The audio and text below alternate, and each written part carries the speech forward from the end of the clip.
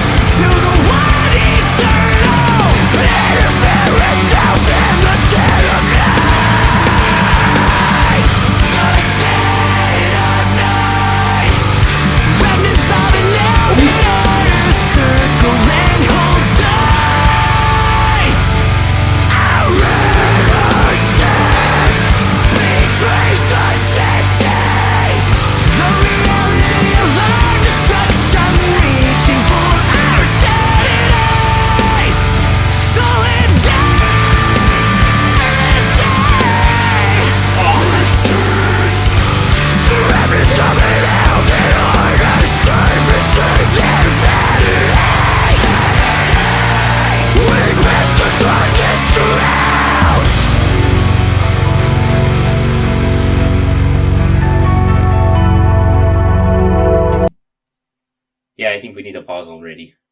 It's about a vampire. You think so? Quite a lot of blood drinking references, and an actual creature with a goblet of blood in its hand, and a gravestone behind it with Periphery written in blood. So of course y'all went to Romania because y'all think we got vampires. We've said this before on the channel though, not to gent fads. There's no vampires. We just really like garlic. And I'd say this is as spicy as garlic. Yes, it is. Man. Their music's more coherent when you can see the lyrics.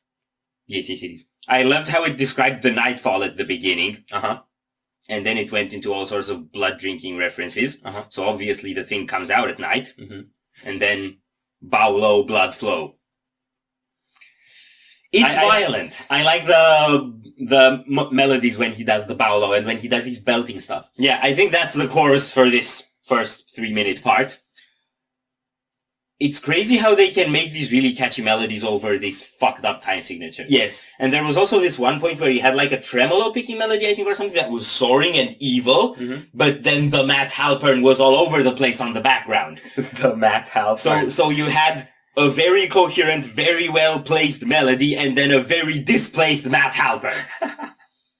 Purposely and thoughtfully displaced. Yes. Yeah.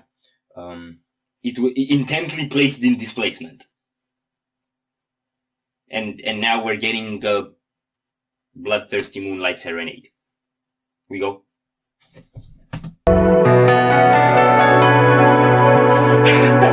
Moon-type periphery. It's a peripheral.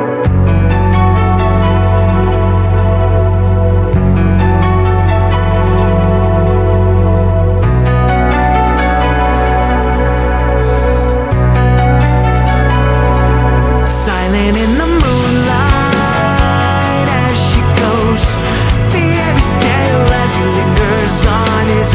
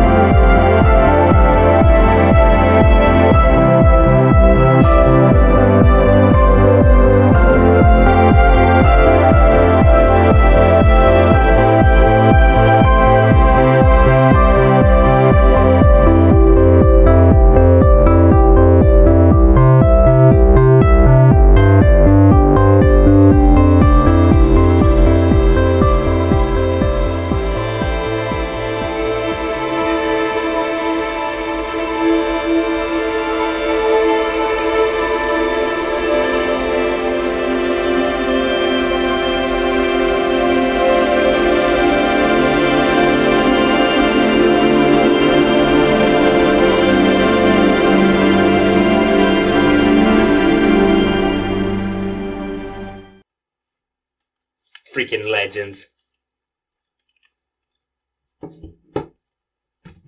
That was so good. And that was an oddly peaceful ending for such a blood-flowing song. They're psychopaths.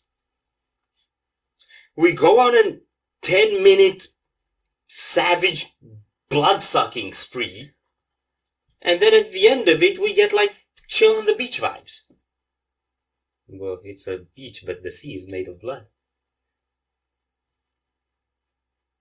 Your words do paint a picture. That was too much. Okay, so after we let it go, we had that little build-up, which was also oddly peaceful in the middle of the blood flow killing spree. Yes. And then the build-up was so, like, patient and gradual until it goes back into the belting chorus with Baolo. That was very good. And then the part after that had such cool suspense leading into the breakdown. That was breakdown, right? Yes. Was that... No, it's just you don't know categories with this band anymore. Well, no, but it was a breakdown. Yeah. And I think it was a breakdown that outmatches most breakdown-driven bands. Mm-hmm. So, like, Periphery won't always do a breakdown. In fact, they do it quite rarely, I think. But when they do it, Lorna Shore has competition.